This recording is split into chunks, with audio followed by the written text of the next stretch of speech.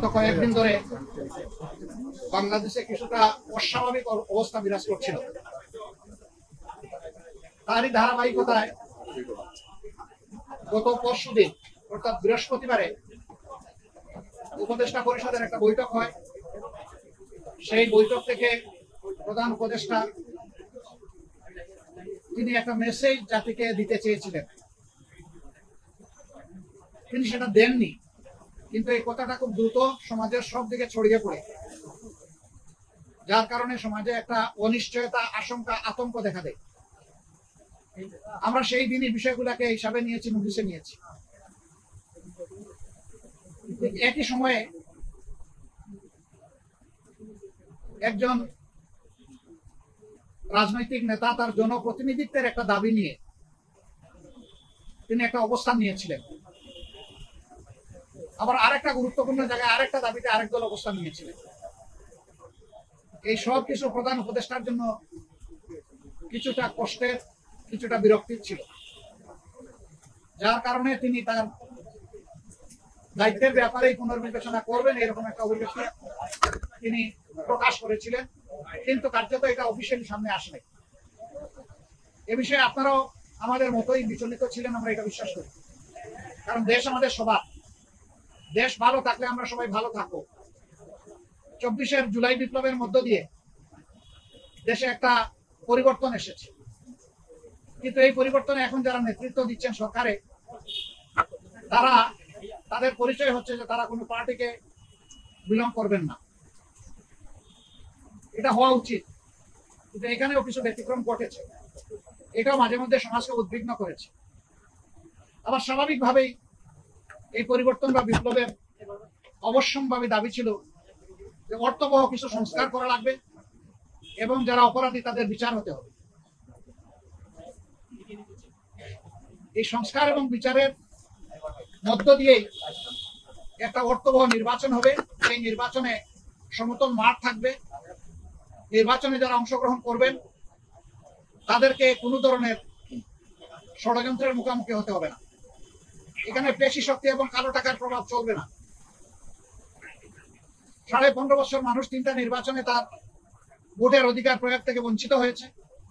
এবার তারা নিঃসংকোচে নিজের এই অধিকারটা প্রয়োগ করতে চায় এবং এই সুযোগ পাবে, নিশ্চিত হবে।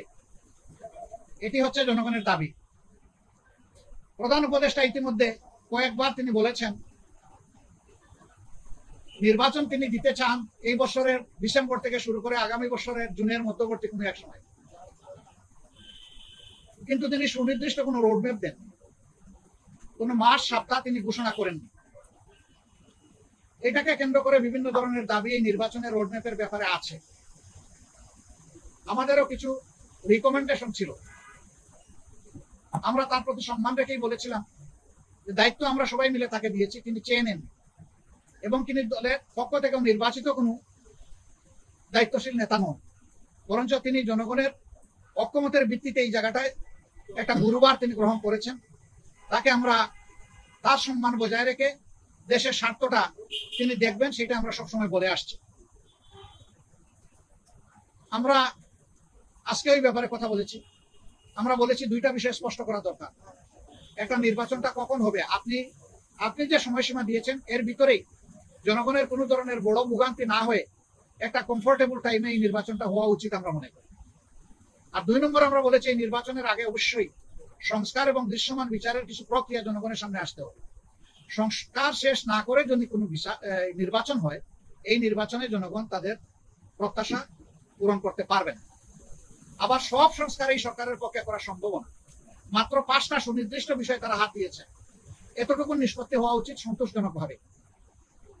এর পাশাপাশি এখানে জুলাই প্রক্লেমেশনের ব্যাপার স্যাপার আছে, এগুলো সংস্কারের সাথে জড়িত। তো অনেক দলের দাবি দেওয়ার মধ্যেও কিছু ভিন্নতা আছে, এটা থাকবে। দল যেহেতু আলাদা, মতেরও ভিন্নতা থাকবে, এটাই স্বাভাবিক। গণতন্ত্রের সৌন্দর্য হচ্ছে আমার মতটি আমি প্রকাশ করব, আরেকজনের মতের প্রতি আমি শ্রদ্ধা দেখাবো। আমি কারো মতকেই তুচ্ছ জ্ঞান করবো না, উপহাস করবো না এবং কাউকে অপমানিত করবো না। কিন্তু আনফর্চুনেটলি এই সীমা আমরা অনেকেই রক্ষা করে চলতে পারি না, আমাদের পারা উচিত। গণতন্ত্রের স্লোগান হচ্ছে let us agree to disagree. আসো আমরা এক হই যে আমাদের ভিন্ন মত প্রকাশ করার অবকাশ আছে, সুযোগ আছে। এই থিওরির উপর আমাদের সকলকে আসতে হবে। আমরা বিশ্বাস করি সমস্ত দলই দেশকে ভালোবাসে, ভালোবাসার জায়গা থেকে দায়িত্ববোধের পরিচয় দিয়ে আমরা সবাই যদি এগিয়ে আসি এবং আমরা যদি সংস্কার প্রক্রিয়াকে অর্থবহ সহযোগিতা করি, তাহলে একটা অর্থবহ সংস্কারের মধ্য দিয়ে একটা অর্থবহ নির্বাচন নিশ্চিত হতে পারে ইনশাআল্লাহ। আমরা সেই দিনটির অপেক্ষায় আছি। সমাজে যে অস্থিরতা দেখা দিয়েছিল এই বিষয়টাকে কেন্দ্র করে, প্লাস বিভিন্ন ব্লকেটকে কেন্দ্র করে আপাত দৃষ্টিতে তা কিছুটা কেটেছে।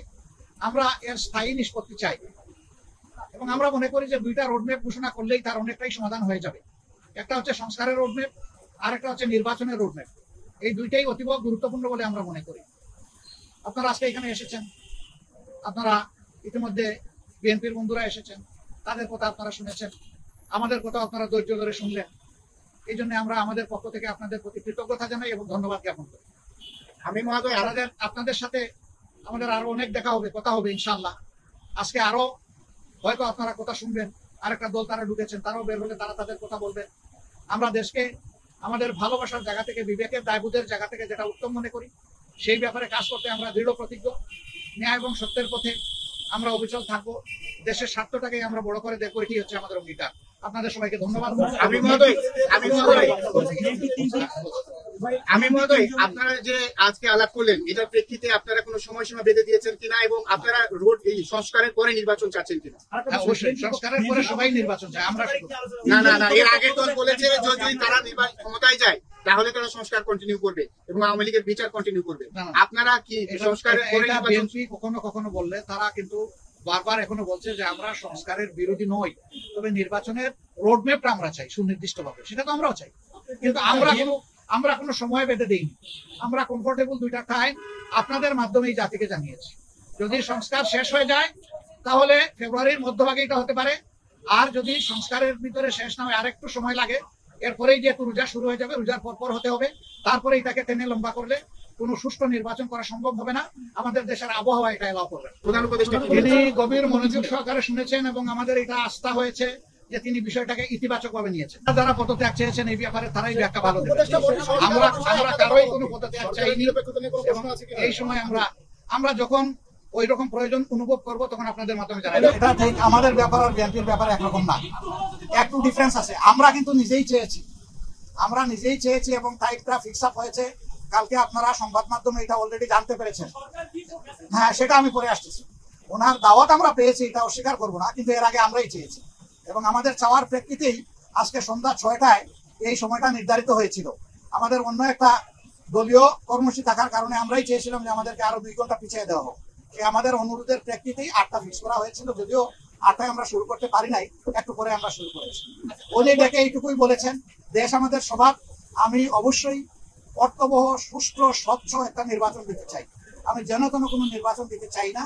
এবং তিনি আমাদের কথা মনোযোগভাবে শুনেছেন আর বলেছেন যে আপনাদের পরামর্শগুলা আমি প্রয়োজন মনে করি, আপনারা যে পরামর্শ দেবেন অবশ্যই আমি এগুলা কনসিডারেশন নেব, অন্যদের কথাও আমি শুনবো এবং আগামীকালকেও তিনি আরো অনেকগুলা দলকে দাওয়াত দিচ্ছেন, তাদের কথাও তিনি শুনবেন।